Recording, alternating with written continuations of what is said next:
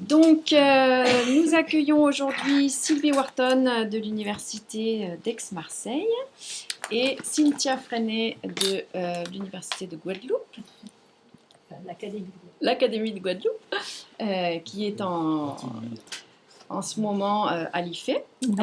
Non. Guadeloupe. Attention. Pardon. Et déjà, je vous annonce déjà que, je ne sais plus si je l'ai mis dans mon dernier mail, que le prochain séminaire L aura lieu le 23 avril. Le dernier aura lieu le 25 juin, même si je vous reconfirmerai tout ça avec les interventions. Et au mois de mai, il y aura un séminaire délocalisé, je vous expliquerai, et ce sera fin mai, mais j'ai encore pas la date. Parce que ce sera en collaboration avec le laboratoire DDL. Ça sera où? Il est où, Michel? Ça sera où, tu sais? Ça sera à DDL. Ah, DDL, d'accord. C'est les 22 et 23, jeudi et... Si je me... Oui, il n'y aura rien sur le mercredi, hein, c'est ça? D'accord. Donc, jeudi et vendredi 22-23 mai à l'ISH. On vous donnera plus de précision. Et donc, l'école thématique ELS qui aura lieu les 8, 9 et 10 octobre. Et vous aurez bientôt un peu plus de détails concernant cette école. Ouais. Oui, vas-y.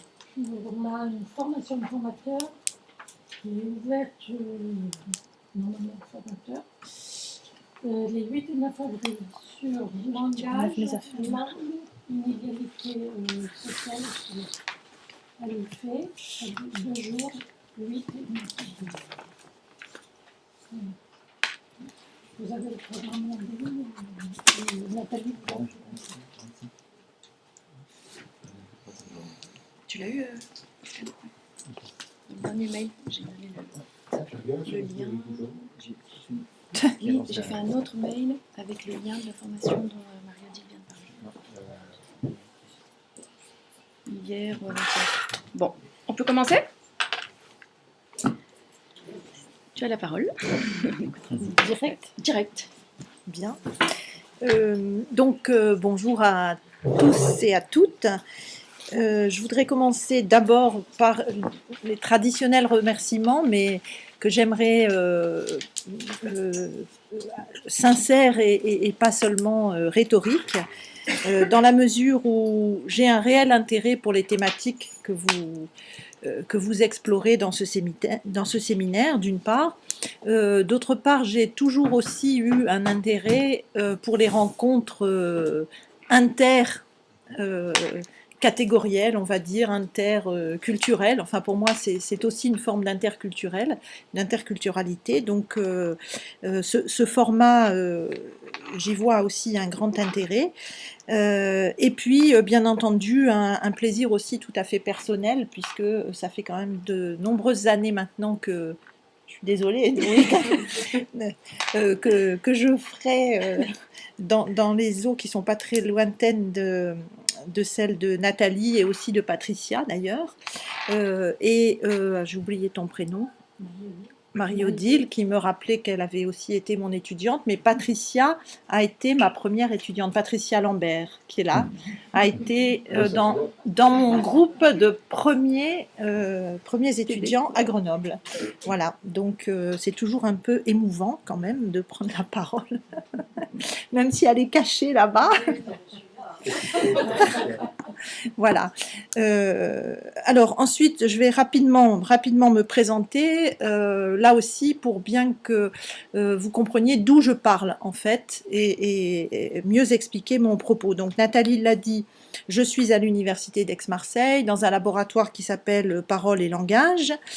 J'y suis depuis 4 ans, mais auparavant j'étais à La Réunion et j'ai travaillé pendant 12 ans à La Réunion, à l'IUFM. Donc j'étais en charge de formation d'enseignants et plus particulièrement des questions qui touchaient au contact de langue français et créole réunionnais. Voilà, question pour laquelle je me suis beaucoup impliquée au point de centrer mon HDR sur cette question-là. Lorsque j'ai rédigé mon HDR, il y a 4-5 ans, je ne sais plus, 5 ans maintenant. Voilà. Donc auparavant, mon creuset de formation, c'est Grenoble. Là aussi, si je l'indique, c'est parce que ça n'est pas anodin. Grenoble, c'est un lieu de formation qui s'est toujours intéressé au contact de langue, mais qui a toujours aussi mélangé les aspects sociolinguistiques et didactiques. C'est-à-dire que moi, j'ai été baignée dans ce jus-là, hein, entre Jacqueline Biliez et Louise Daben, qui était ma directrice de thèse, et Jacqueline Biliez, qui était ma marraine d'HDR. Hein, donc, il y a une cohérence dans tout ça. Cohérence qu'on retrouve donc dans ce parcours depuis la thèse jusqu'à aujourd'hui, puisque je me suis toujours intéressée au lien entre langue, famille et école, langue, milieu et école. Et que depuis ma thèse, en fait, ce qui m'intéresse beaucoup, c'est de lier les plans macro et micro, donc qui vont de la politique linguistique éducative, hein, les aspects les plus macro, aux aspects plus micro, qui seraient le développement langagier. Et donc, ce qui m'a intéressé, notamment depuis mon HDR, c'est justement d'essayer d'avancer vers une socio-linguistique développementale, ou en tout cas essayer de réfléchir aux perspectives socio-linguistiques du développement langagier. Donc, essayer vraiment de marier ces deux approches-là. Alors, les plurilinguismes qui m'intéressent sont ce que moi j'ai appelé des plurilinguismes contrariés. Un peu comme on parle de gaucher contrarié, hein, c'est-à-dire des plurilinguismes qui apparaissent dans des contextes aussi qu'on a pu appeler sensibles. Alors, zone frontalière, air créole, migration, mais il y en a d'autres aussi, puisque maintenant je commence à m'intéresser à d'autres zones, comme par exemple les enfants adoptés. Hein, mais là, j'en suis au tout début, puisque en fait, c'est un champ que je commence à explorer, et à ma grande surprise, je m'aperçois qu'il n'y a pratiquement rien en sociolinguistique sur ces enfants-là, dont on demande d'abandonner la langue finalement quand ils arrivent dans des familles adoptantes, la plupart du temps. Voilà, donc je suis désolée pour cette introduction un petit peu longue, mais pour moi c'est important parce que ça explique aussi les points de vue que je vais essayer d'avancer devant vous. Voilà, donc dernière précaution rhétorique, excusez-moi par avance pour parfois les choses qui vont peut-être vous paraître évidentes. Voilà, j'ai eu du mal un peu à cibler, enfin c'est normal, hein, c'est-à-dire qu'autant cette hétérogénéité, je la trouve très féconde, très riche, autant quand on est face à son PowerPoint et à son texte pour préparer, voilà, je vous ai dit d'où je parlais, mais je me suis bien sûr interrogée aussi à qui je parlais, bien entendu, et l'hétérogénéité fait que forcément, par moment, on est dans des moments où on dit des choses peut-être évidentes pour certains, et voilà. Donc j'ai essayé de tenir compte un petit peu de cette hétérogénéité, mais bon, c'est pas forcément toujours réussi. Alors, j'appuie, mais ça change pas, c'est normal. Ah, voilà, non plus. Entrée des points. Non, ni entrée, ni la flèche. Espace. Ah voilà, donc ça va être là. Alors, oui, donc déjà, vous voyez, en fait, j'aurais pu aussi choisir un autre titre. Hein. Donc le premier titre est celui que j'avais donné au moment du résumé. Mais ma foi, en y réfléchissant, j'aurais pu aussi vous proposer ce titre-là. On le verra plus tard. Donc, comme je l'ai dit, je vais développer des questions liées au développement langagier sous un angle sociolinguistique, même si c'est pour répondre à des questions qui ne sont absolument pas originales, qui sont posées depuis très longtemps dans des contextes de diversité linguistique. Quel rôle, quelle place assigner à la ou aux langues de première socialisation, aux pratiques non standards minoritaires, et comment s'y prendre dans la classe. Donc, c'est encore une fois ce maillage sociolinguistique et développement langagier qui m'intéressent, et donc des facteurs cognitifs et sociaux. Donc dans un premier temps, c'est ce que je vous propose à la réflexion, donc une réflexion sur le développement langagier, pour ensuite arriver plus précisément au développement langagier, au développement plurilingue. Pour donc à la fois y réfléchir sur un plan sociolinguistique, mais aussi envisager des implications didactiques. Voilà, donc autre point encore introductif, c'est que je l'ai dit sous forme de boutade à Nathalie tout à l'heure, mais ça n'en est pas une.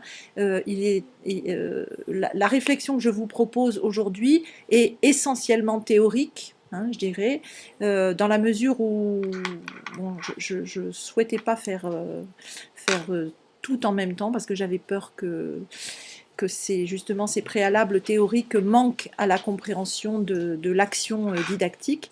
Et donc j'ai dit à Nathalie que la suite serait pour la prochaine fois. Voilà, c'est une invitation à revenir. Voilà, donc premier point, les préalables sociolinguistiques. Donc là, je vais passer très très vite, mais c'est simplement pour inscrire un cadre commun, hein, je dirais, là encore, dans une optique interculturelle, une coculture à notre réflexion. Donc rappelez ce que Himes nous a si bien dit, c'est-à-dire qu'il est intéressant de s'intéresser aux individus et à la structure sociale, hein, dès lors que la linguistique cherche à contribuer au dépassement des inégalités de langage. Donc même si ça date de 74, hein, moi je dirais que je m'inscris tout à fait dans cette optique-là. Alors voilà.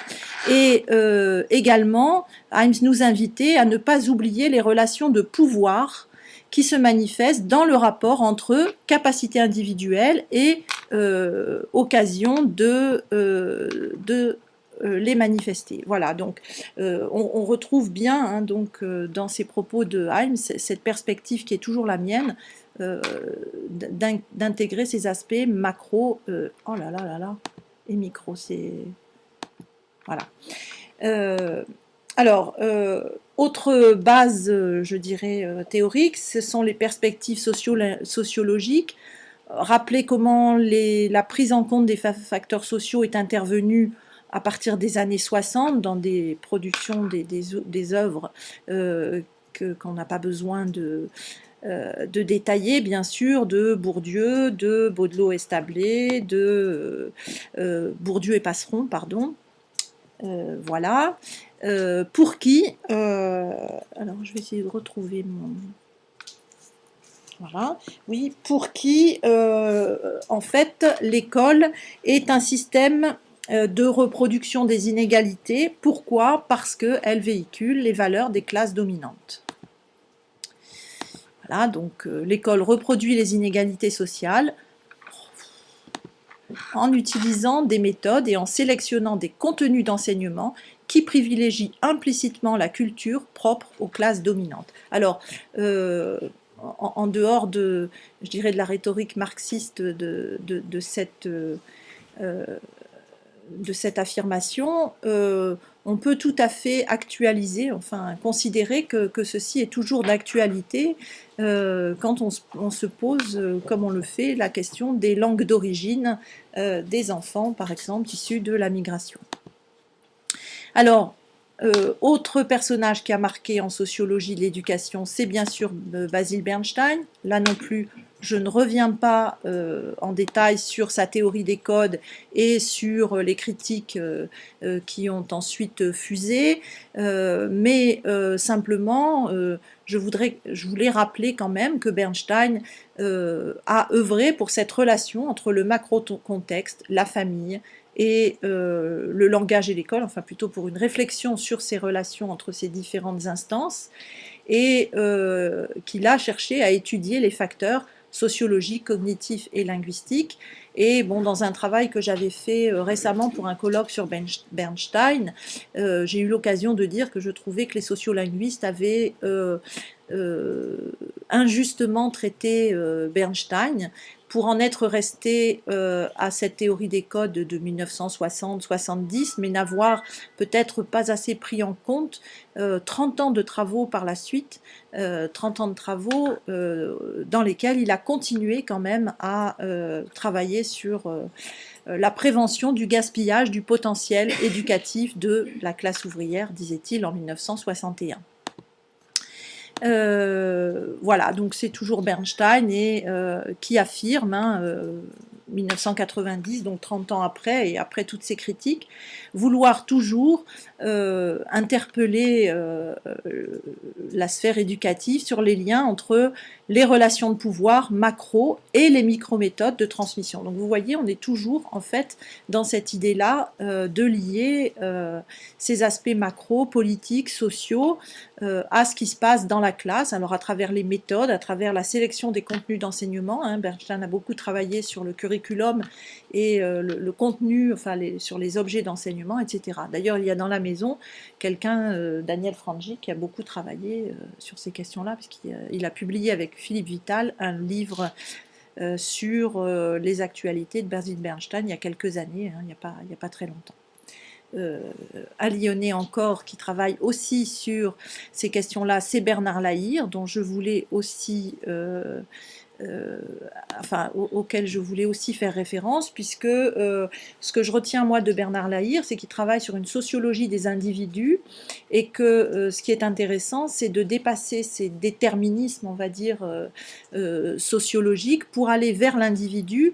Et ce qui m'intéresse moi dans la sociologie de Lahire, c'est qu'il défend une sociologie des réalités individuelles, et qu'il invite à étudier les gens différents des autres, en fait. Et c'est là aussi une des constantes, je dirais, de mes travaux de recherche depuis ma thèse, c'est de m'intéresser à ce que moi j'ai appelé des cas paradoxaux, c'est-à-dire des enfants qui vont, contre toute attente, manifester, par exemple, contre toute attente au regard des attendus sociologiques, sociolinguistiques, etc., qui vont manifester des compétences linguistiques bien développées et des compétences scolaires, ou inversement, des enfants dont on pense que tout devrait aller bien et pour lesquels on rencontre beaucoup de problèmes à l'école. Voilà.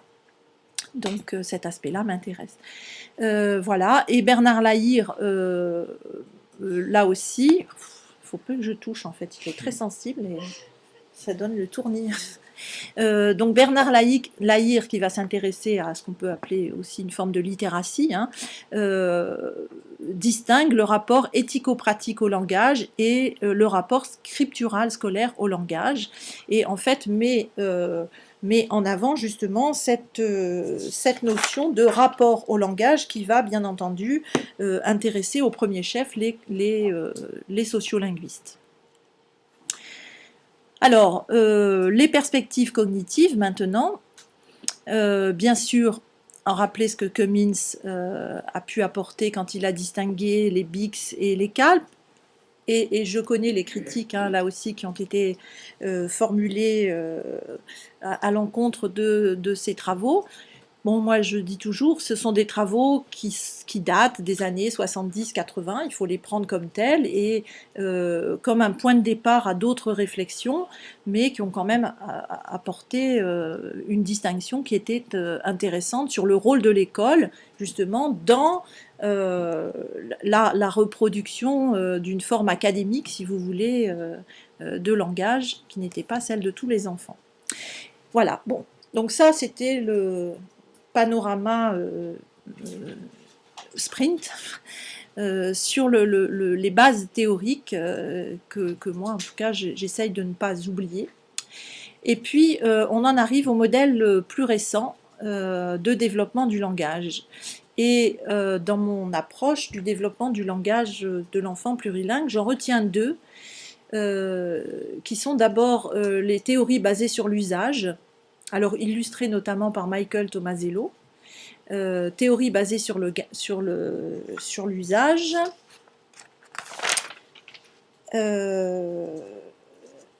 selon lequel la compétence linguistique est une capacité à adopter un comportement verbal conforme à des normes socio-linguistique. Donc c'est clairement une approche socio-cognitive qui est avancée par Tomasello, qui dans cette approche explique que finalement la première unité acquise par l'enfant lorsqu'il apprend à parler, on ne parle pas encore de plurilinguisme là, c'est l'énoncé, c'est pas le mot, c'est l'énoncé, et c'est surtout l'énoncé avec des intentions communicatives. Ce qui est important dans cette théorie, c'est vraiment l'association forme et sens. Et le fait que l'enfant, quand il apprend du langage, il apprend toujours les deux en même temps, et finalement la forme, donc c'est pour ça qu'il va dire que la structure linguistique émerge de l'usage, la forme, elle vient après le sens et après les intentions communicatives. C'est d'abord ça qui met l'enfant en désir de parler, d'échanger, de communiquer. Voilà, donc ensuite les enfants reproduisent non pas des mots, mais là encore des énoncés. Hein, on va le voir dans une autre représentation schématique, et que les abstractions, finalement, il les fait à partir des formes récurrentes, mais aussi des formes qui font sens pour l'enfant.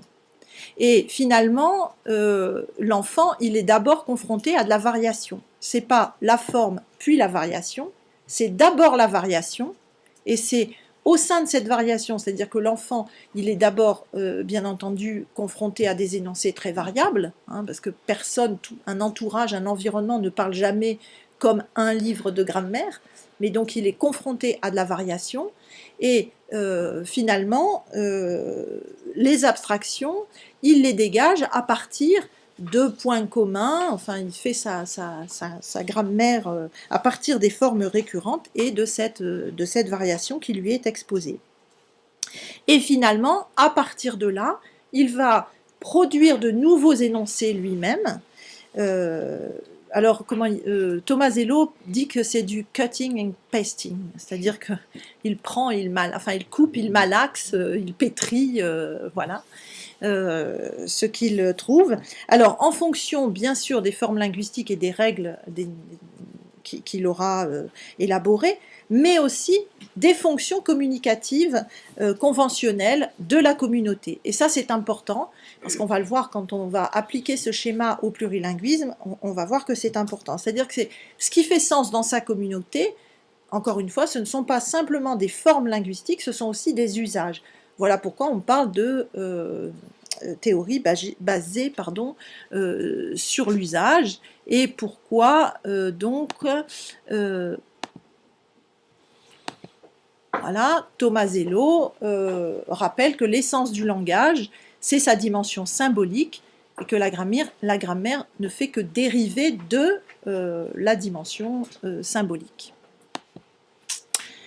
Voilà, donc pour Tomasello, les habiletés cognitives et sociales sont bien plus productives que des habiletés à manier encore une fois des règles de grammaire. Donc assemblage, forme et sens, j'en ai parlé, et tout ça se fait grâce à une attention conjointe, et facilitée grâce à l'attention conjointe avec un locuteur expert, hein, que ce soit un parent, un grand frère, une grande sœur, un enseignant, etc. Alors, modèle suivant qui est intéressant, c'est celui de McWhinney, modèle qu'on appelle modèle unifié de compétition. Alors, je vais vous expliquer là comment ça se passe. Ah oui, ça a sauté à la mise en forme. Bon, c'est pas grave. Ce sont des indices. Donc, l'enfant, il lui arrive des indices linguistiques, hein, c'est-à-dire c'est tout son environnement langagier qui lui arrive. Et ces indices entrent en compétition avec des indices qui sont déjà là, hein, avec le déjà là. Ces indices, à côté, hein, j'ai indiqué chunking, ce sont des morceaux, c'est-à-dire qu'on n'en est pas encore, je l'ai dit, à des découpages très fins. Dès le début, ce sont des morceaux, des unités de sens, en fait, hein, qui lui arrivent. Par analogie, Il procède à des analogies et processus de compétition, et ces formes vont entrer ou pas en résonance avec des catégories qui sont déjà dans le déjà là, hein, ce qu'on appelle le déjà. Je ne veux pas appeler la boîte noire parce que c'est une métaphore que je n'aime pas trop. Voilà. Qui entre en résonance. Bon, vous connaissez, c'est par exemple prendre. Voilà, donc l'indice arrive, il entend prendre. Dans quelle catégorie il va la ranger? Il a la catégorie entendre, par exemple. Il sait que entendre avec G devant, ça fait j'ai entendu. Donc il va mettre prendre dans ce tiroir-là. Et après, il va pouvoir produire j'ai prendu. Et parce que là, en fait, il faudrait que ça soit circulaire. Hein. Donc, bien sûr, étayage, reformulation, ah, tu as pris. Donc, à nouveau, compétition, tiens, le tu as pris, il ne peut pas le ranger dans le même tiroir que tu as entendu. Donc, finalement, il va faire une autre catégorie. Hein. Donc, apprendre, c'est catégoriser. Et c'est ça, par ce phénomène de compétition et de résonance que finalement, la compétence dans la langue et la compétence formelle, hein, se construit et s'affine petit à petit puisque les catégories vont s'affiner de plus en plus. Voilà, je sais pas, c'est un peu rapide, mais est-ce que ça va? Parce que ce qui va être intéressant, c'est justement d'appliquer ces modèles dans une situation de plurilinguisme. En tout cas, c'est ce que j'essaye de faire. Alors là aussi, on n'oublie pas hein, que des années 60-70, on a parlé de bilinguisme additif et soustractif.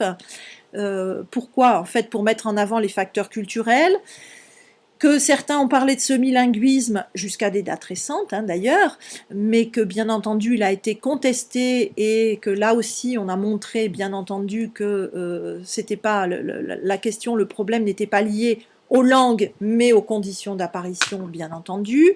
Je rappelle aussi les apports de Cummins sur le seuil minimum de développement et l'interdépendance développementale, selon lesquels un haut niveau de compétence en langue maternelle entraînerait un haut niveau de compétence en langue seconde.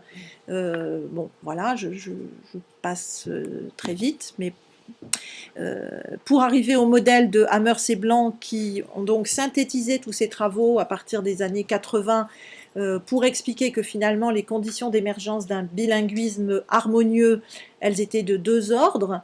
La valorisation des langues de l'enfant, si on parle d'enfant, en tout cas la valorisation, mais que ça ne suffisait pas et qu'il fallait aussi utiliser toutes les fonctions du langage pour toutes les langues du répertoire de l'enfant. C'est-à-dire qu'il n'y ait pas seulement une langue pour dire j'ai faim, j'ai soif et passe-moi le sel, et une autre pour étudier, hein, mais que la littératie devait être développée dans toutes les langues du répertoire de l'enfant. Voilà, le rôle de l'AL1, donc il y a eu un article synthétique en 2005 de Josiane Hammers. Donc on revient sur le modèle que j'avais utilisé tout à l'heure sur le McWhinney, et on retrouve donc ces indices, la compétition, la résonance, sauf que dans un milieu plurilingue, les indices, ils sont plurilingues. Sauf que pour l'enfant, les indices, ils ne sont pas plurilingues, ils sont langagiers. Voilà. Hein, ils sont langagiers. Donc, comment va se passer la compétition et la résonance? En fonction de quoi? C'est-à-dire cette compétence formelle de fusion, de distinction des codes, elle n'est pas innée, hein, elle n'arrive pas comme ça, et c'est pas parce que le linguiste a décrété que c'était des langues distinctes que l'enfant qui, lui, baigne dans un milieu dans lequel on mélange les langues et on passe, parce que dans un milieu plurilingue, forcément, et c'est normal, on mélange les langues, l'enfant, lui, n'a pas encore cette conscience-là. Donc, dans le meilleur des mondes, on pense que la compétition va se faire de langue à langue, la résonance de langue à langue, et qu'on va avoir une compétence dans la langue A, B, C, etc. Ça, c'est dans le meilleur des mondes. Sauf que, dans cette situation de contact de langue, où on va avoir des indices interlectaux, peut dire plurilingue aussi, c'est-à-dire, si vous voulez, en fait de la parole mélangée, puisque, encore une fois, c'est là-dessus que j'ai travaillé et c'est ça qui m'a intéressée sur ce point-là. Donc la compétition, la résonance, Mais finalement, ça va faire résonance. Si on se souvient aussi de ce que Tomasello dit, et que Tomasello dit finalement, ce qui est important, c'est l'association forme-sens. Ce qui est important là, pour que ça fasse résonance, c'est cette association forme-sens. Et ma foi, si ce sont des énoncés interlectaux, eh bien, ça va résonner avec, avec une construction interlectale, hein, qu'on va pouvoir appeler macrosystème. Hein, le macrosystème étant l'ensemble, étant constitué plutôt par toutes les variétés disponibles dans l'environnement de l'enfant. Sauf que l'enfant peut ne pas avoir conscience des différentes variétés. C'est là qui pose problème. C'est là que ça pose problème. Parce que comment fait-on pour arriver finalement de ce macrosystème de communication à une conscience, là plus psycholinguistique, cognitive si vous voulez, de codes distincts. Et ce sont ces deux plans-là qu'il ne faut pas mélanger. Et donc, la nécessité d'un aiguillage à un moment donné dans le processus d'acquisition plurilingue pour que cet aiguillage, encore une fois, sur un plan acquisitionnel, hein, je dis bien, pas sur le plan communicatif. Je ne suis pas en train de dire il ne faut pas mélanger les langues, voilà, je n'ai pas dit ça, mais sur un plan acquisitionnel. Voilà, donc oui, l'enfant élabore peu à peu sa grammaire des langues à partir des indices auxquels il est exposé. Or, s'il est exposé toujours à des indices plurilingues, interlectaux, mélangés, mais il fait à partir du matériau qu'il a. Et ces connexions résonantes, il faut faire en sorte qu'elles facilitent la séparation des codes, mais de langue à langue. Hein. Sinon, on reste... voilà. Donc, je me suis intéressée aussi à ce modèle, notamment sur le plan normatif, hein, c'est-à-dire que des schémas, comme des schémas syntaxiques, si vous voulez, pouvaient être calqués d'une langue à l'autre, on peut imaginer aussi que des schémas normatifs puissent être calqués d'une langue à l'autre. Je m'explique. Comme j'ai travaillé sur les enfants créolophones réunionnais, langue qui n'est pas standardisée, c'est aussi une compétence langagière de l'enfant que de savoir si sa langue est standardisée ou pas. Hein. En tout cas, il baigne dans un environnement où il y a plusieurs graphies, où il n'y a pas un standard qui est défini, où la langue n'est pratiquement pas enseignée. En tout cas pas une tradition de standardisation. Et donc, il peut imaginer aussi, et on le voit, que le français fonctionne de la même manière, c'est-à-dire n'est pas standardisé. Donc ces questions socio-linguistiques, en fait, on les maltraite aussi beaucoup dans l'institution parce que on fait comme si l'enfant, pour lui, c'était évident qu'il y avait des langues finalement qui sont pas normées et des langues qui sont normées. Ben non, c'est pas évident non plus. Alors, quelles sont les implications didactiques à l'heure où on nous berce de la compétence plurilingue comme étant un ensemble de connaissances, hein, un répertoire plurilingue, complexe, pluriel, mais unitaire. Donc voilà, ça c'est le postulat de base. Et oui, la mise en forme a un petit peu sauté, effectivement. Je crois que le postulat de base pour réfléchir à ces implications didactiques, c'est bien de ne pas confondre le plan acquisitionnel et le plan pragmatique. Le plan acquisitionnel qui est fondé sur la distinction des codes, puisque si l'on veut que l'enfant puisse réellement développer une compétence plurilingue, qu'on peut aussi appeler compétence varilingue, auquel cas, là, si on appelait compétence varilingue, on se place dans l'optique d'un macrosystème, en tout cas d'un répertoire unique de l'enfant plurilingue qui fait varier finalement le curseur dans son répertoire entre la langue A, la langue B, la langue C, mais aussi du plus ou moins mélangé selon ses interlocuteurs. Donc entre ce plan pragmatique qui est plutôt de l'ordre de la fusion des codes et le plan acquisitionnel qui lui relève de la distinction des codes. Alors, comment mettre en place cet aiguillage? Ça, c'est le défi posé à la didactique, hein, bien entendu. Alors, on peut décider qu'on écrase la mouche et qu'on fait comme si on ne se posait pas la question. On peut aussi attendre l'idée géniale qui arrive et qui émerge de la tête de l'enfant. la petite fée sur son berceau. Bon, en tout cas, on a dans ces classes qui sont, alors là encore, hein, essentiellement, je me réfère essentiellement à ces classes des enfants créolophones à La Réunion, des difficultés sur le plan scolaire et sur le plan langagier. Alors, faute de penser cet aiguillage, on risque d'arriver un peu à une injonction paradoxale, hein, qui est bien symbolisée par ce panneau, d'amener l'enfant dans un sens et dans le sens contraire également. Donc, une réponse possible à ce cas de figure, hein, dont on a vu que les modèles de développement langagier faisaient état justement de cette approche plurielle, là, pas didactique mais psycholinguistique. Donc les approches plurielles didactiques, intercompréhension, éveil aux langues, démarche interculturelle, démarche didactique intégrée. Là non plus, je ne les détaillerai pas, je ne ferai que les évoquer. Et puis quelque chose de plus récent, le translanguaging. Alors, on cite souvent Ophélia Garcia, à juste titre. Elle vient de publier effectivement un ouvrage intitulé comme tel, mais je vous invite aussi à lire la référence suivante qui date de 2010 et qui évoque les pratiques concomitantes de plusieurs langues dans la pédagogie. Hein, donc, on est bien dans une approche plurielle didactique dans la mesure où on traite en même temps plusieurs langues. Et le translanguaging, on va voir ses caractéristiques. Donc là, je reprends Ophélia Garcia, qui dit que c'est utilisé pour évoquer le processus simultané.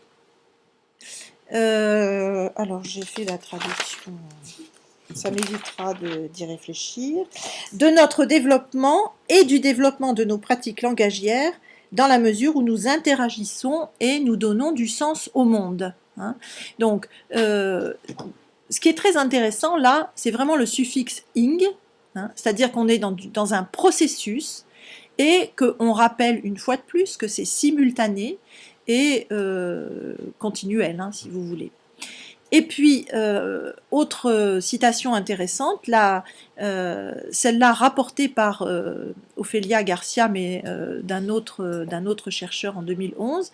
La question traditionnelle fishmanienne, qui parle ou écrit quelle langue ou quelle variété de langue à qui, quand et pour dire quoi ou pour faire quoi, devient alors qui langage, si je peux, voilà, on en fait un verbe, hein, qui langage comment et qu'est-ce qui est en train d'être langagé, sous quelles circonstances, enfin dans quelles circonstances, à cet instant précis et en ce lieu précis.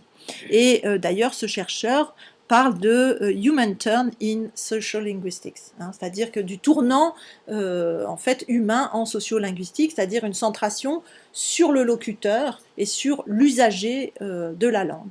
Voilà, donc moi ce qui m'intéresse là dans ces citations, ce sont ces points-là, c'est la centration effectivement encore une fois sur l'individu et le locuteur, et également l'aspect processuel de la chose, qui fait qu'on va considérer la langue et le langage non pas comme un objet fini, bon on le sait, mais je dirais là le fait de le nommer encore autrement nous fait voir les choses peut-être de manière encore plus claire comme étant, j'ai presque fini, je vois Nathalie qui s'approche, voilà, je l'ai senti.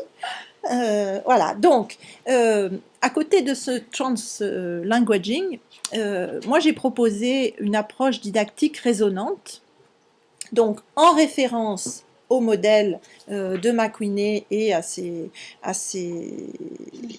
approches basées sur l'usage, c'est UBT. Résonante, pourquoi? Parce que il s'agit vraiment d'amplifier l'empan des résonances qui devrait aller de l'interlingue ou plurilingue. Bon, je ne vais pas me battre sur le préfixe inter ou pluri, c'est c'est important, mais je me bats, enfin, pas aujourd'hui, c'est pas l'objet, je dirais. Donc, du pluri au mono, et peut-être pas l'inverse. Voilà, à partir du moment, encore une fois, où on est dans un environnement plurilingue, hein, bien entendu.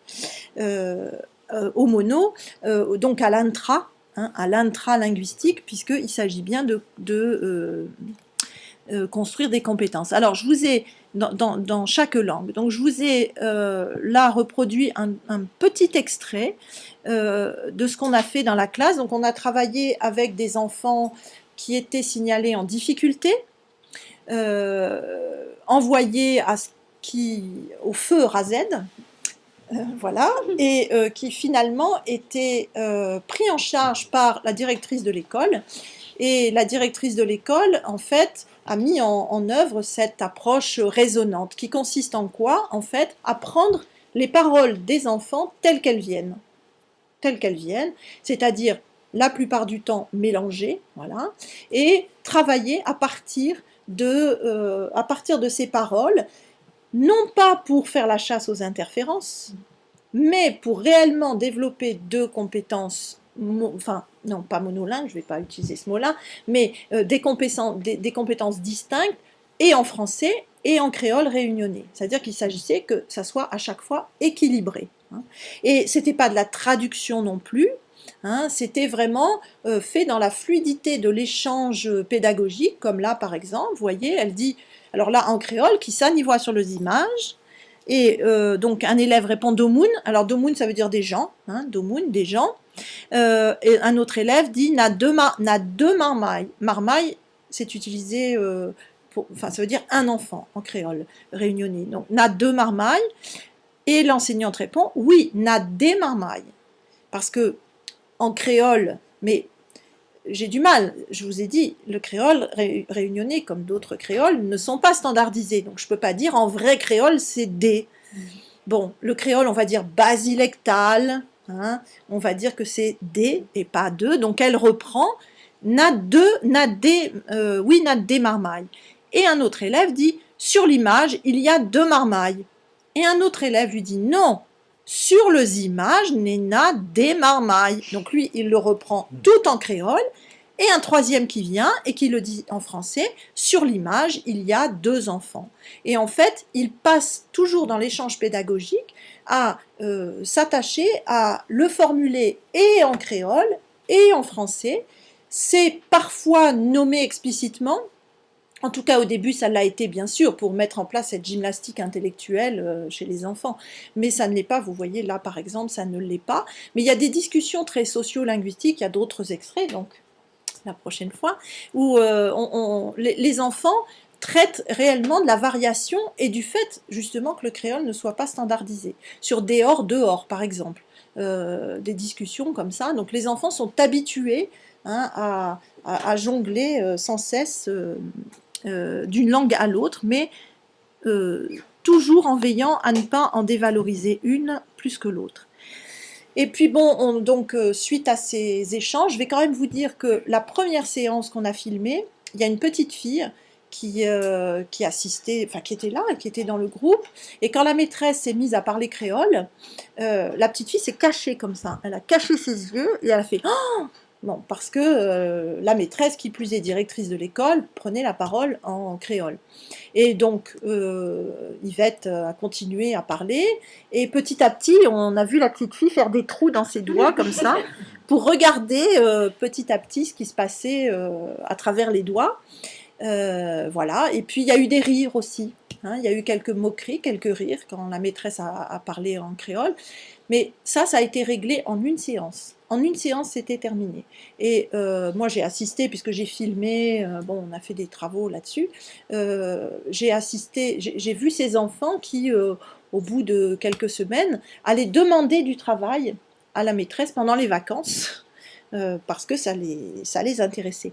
Et voilà, j'ai toujours cet extrait d'entretien avec un papa, parce qu'elle a fait aussi des entretiens avec les parents. Donc c'est le parent d'un petit Nathan, c'est le papa d'un petit Nathan qui était vraiment en grande difficulté. Et donc il commence en français, bon il dit oui, il raconte tout ce qu'il fait avec toi, donc il dit à la maîtresse, il parle plus avec ses frères maintenant, il est content de venir à l'école. Et puis il continue. Nous, on sait, Nathan, maintenant, il nous raconte. Et puis toi, en plus, tu fais des réunions où on parle créole avec les parents. Et pour moi c'est important parce que je ne suis pas comme un étranger à l'école. Et puis Nathan, il est tellement content, il a tellement fait de progrès, il est plus comme avant, où il parlait pas du tout. Avant, il ne parlait pas du tout. Et mon petit, mon enfant, il comprend mieux. Et puis, moi, je te dis, moi, j'aime bien causer, j'aime bien parler créole, et Nathan, j'aime bien que Nathan parle créole aussi. Tu m'as enlevé un grand souci, parce que franchement, on croyait que Nathan, il n'aimait pas l'école et que il veut pas apprendre à lire, il voulait pas apprendre à lire, et on avait très peur. Voilà. Donc, bon, c'est l'extrait d'un entretien, donc encore avec des parents. Voilà. Donc, oui, tout ça, ça fait aussi l'objet d'un projet, d'un travail dans le cadre d'une ANR. Voilà, donc vous voyez, bon, j'ai surtout essayé de vous montrer les bases théoriques à une démarche qui j'espère, n'apparaît pas comme simplement laisser venir au hasard, enfin, ce qui peut apparaître comme étant quelque chose d'anarchique et de pas pensé, pas construit avec les enseignants. Et bon, pour moi, c'est une démarche qui pourrait être mise en œuvre à moindre frais, de beaucoup de choses, et de formation et d'outils et de tout ce qu'on veut, mais c'est pas vraiment le cas. Voilà.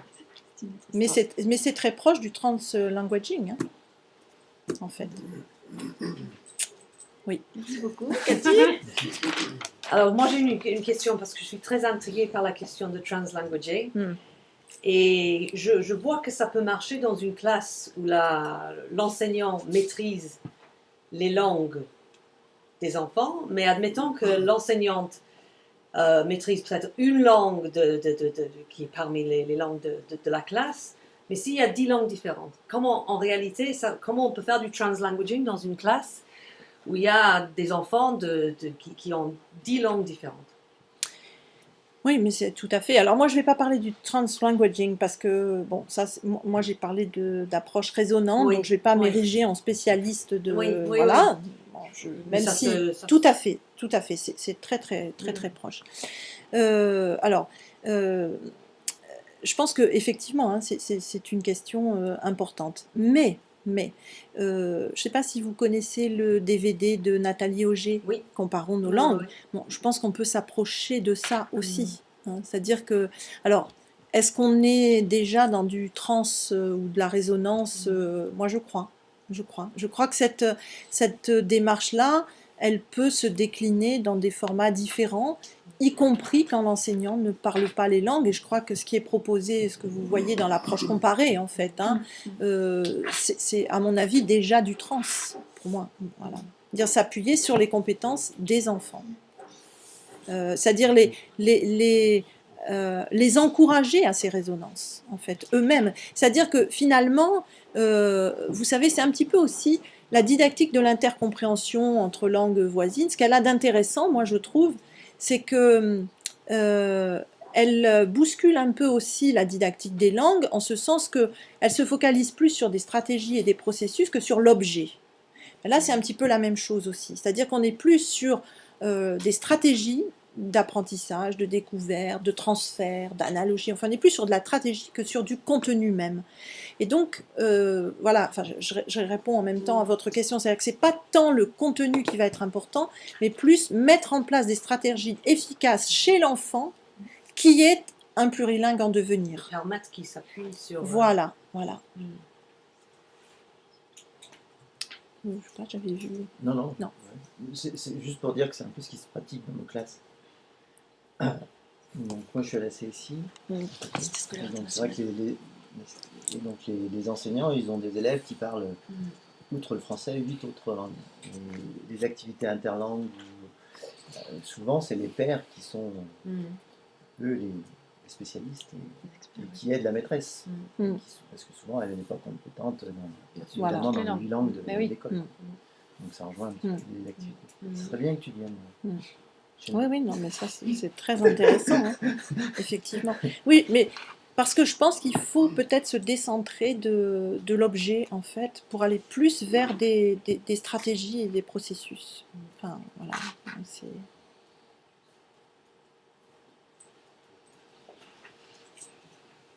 Autre question, vas-y. Je fais partie d'une association pour la transmission des langues familiales. Mm. Je n'ai pas bien compris. Oui, j'ai une question sur le système où vous parlez des compétitions à résonance. Est-ce qu'il y a une place pour les locuteurs, donc les figures, les locuteurs qui sont à résonance et en relation avec l'enfance? Je veux dire, dans l'étude, on prend en considération aussi les personnes ou c'est...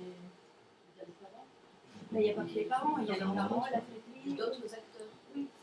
Oui, oui, bien sûr, bien sûr. Mais à quel niveau vous voulez dire? Mais je ne sais pas, l'étude, vous parlez de la... C'est comme si je voyais descendre dans le dessin que les mots, les phrases.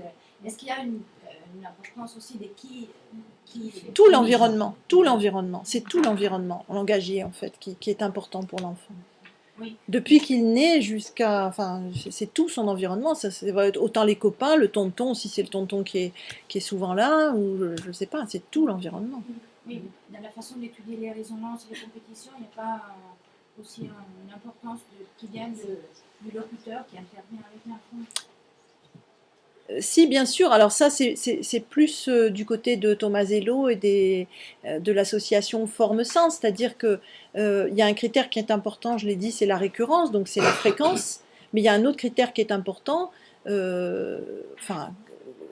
moi j'ai appelé ça la puissance pragmatique, c'est-à-dire que il peut y avoir des items dans le développement du langage qui vont être intégrés plus rapidement, même s'ils sont moins fréquents, mais parce qu'ils ont une puissance pragmatique très forte pour l'enfant, alors soit affective parce que c'est une personne, soit parce qu'il a envie, il est motivé par tel jeu ou je sais pas quoi, enfin bon voilà, il n'y a pas que la fréquence. Il y a aussi une question plus affective. Et l'autre question, c'était sur l'aiguillage. J'ai pas bien compris. Vous nous avez dit que c'est difficile à savoir comment le faire, mais qu'est-ce que c'est?